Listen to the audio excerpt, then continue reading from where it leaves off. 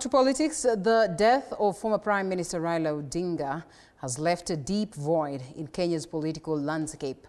Beyond his legacy as a reformist and a statesman, Raila was a political mentor whose influence shaped a generation of leaders. But with his passing, the future of the Orange Democratic Movement and those who rose through his hand now hangs in the balance. Our reporter Mike Kagongo examines the fate of what analysts are calling the ODM Orphans. For decades, Raila Amolo Odinga was not just a political leader, he was a maker of leaders. From Migori, where he spotted a youthful Junet Mohammed and made him a mayor at just 24 years, to the coast, where Hassan Joho rose from a Kisauni youth to MP, governor and now cabinet secretary, thanks to Raila's mentorship. And in Kilifi, Amason Kingi's rise from backbench MP to governor also traced its roots to Raila Odinga's trust and political guidance.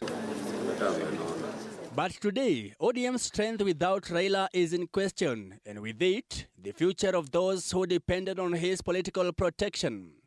Among the most exposed are ODM Secretary General Edwin Sifuna, Mombasa Governor Abdul Samad Nasir, Homa Bay Governor Gladys Wanga, and Suna East MP Junet Mohammed.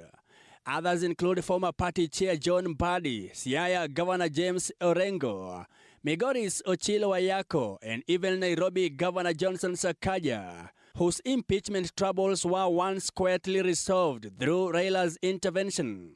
On Tuesday, Governor Johnson Sakaja visited the home of Mama Ida Odinga, accompanied by his Siaya counterpart James Orengo.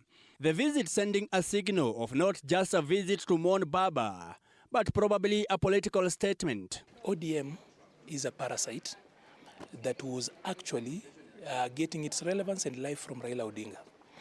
And as is with all parasites, once the host dies, the parasite dies. The Swahili have a saying that ukizoea uji wa mgonjwa, akipona unakufa. Akikufa unakufa. Also finding herself politically exposed is Nairobi woman representative Esther Passaris, whose vocal loyalty to Raila barely translated into strong grassroots structures of her own. With Raila gone, she too risked losing her political footing within a party now searching for identity. William Ruto boldly declared that ODM would either form the next government or be part of it, a statement that has fueled speculation about a possible UDA-ODM merger or cooperation. But now that Raila is no longer there, ODM that we knew doesn't exist. So there's no future for ODM, whatever way you look at it. Kanu is 65 years old today, but it's less than a CBO. No one talks about it. There was a party called PNU for Kibaki. It's not there. There was DP for Kibaki. No one talks about it. There was Jubilee at some point. It looked like a behemoth. It's not there. Ruto's remarks have rattled ODM's rank and file, with a section of Kenya Kwanza leaders, including Senator Samson Cherargei, openly calling for Edwin Sifuna's ouster, accusing him of clinging to a political relic that may soon align with government. Political analyst Arnold Maliba interprets President William Ruto's remarks during Raila's funeral, where he said John Mbadi is equal to the task, as a strong signal of trust. Our interest rates have come down, and Kenya is now the 6th largest economy in the world, in Africa. This man, John Mbadi, anatosha ama atoshi? Si hata huyu Mbadi anatosha. That question has significance. That question was not just a quip. That question was anchored in a little bit of research. Maliba suggests that Ruto could even pick Mbadi as his running mate in the 2027 general election, signaling a possible new political alignment. He warns that Raila's political orphans will face serious consequences in his absence, as the dynamics of survival and loyalty shifts dramatically. And as is, it's just a matter of time before Mbadi is actually put forward as the substantive party leader of ODM and William Ruto's running mate. But over and above, William Ruto does not have a party today. UDA is not a political party you can go to an election with.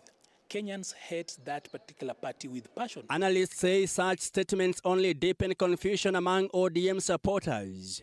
many of whom are unsure whether the party still stands in the opposition or is slowly drifting towards government co-option. No. He does. President Ruto does not need to fold UDA. He needs to form a coalition. Remember, UDA was a new party, and Mount Kenya voted for UDA en masse. So President Ruto has the capacity to, is the only politician, other than BAMBA, the late, who's been able to go to another region and become its kingpin. He went to Mount Kenya, became its kingpin. He's coming to Nyanza. Does he have the capacity to be the Nyanza kingpin? Yes, he does. Without Raila's firm hand to steady the ship, ODM risks losing its ideological soul and loyal base, especially in Nyanza, the coast and western regions. And again, without Raila Odinga, there is no likelihood that ODM will have influence beyond Luo Nyanza. If it has to have influence beyond Luo Nyanza, it will have to have a very strong personality to be in charge. And that will depend on how the President William Ruto, is going to deal with the ODM. The impact on ODM bases will include weak grassroots direction, risk of defections, internal leadership wrangles, and identity crisis post-Raila. ODM now faces a defining test whether it can survive beyond Raila's charisma. Will it be swallowed by political convenience? For the so-called ODM orphans, the loss of their political father could mark either a painful ending or the beginning of reinvention. Mike Kagwango, TV 47, Nairobi.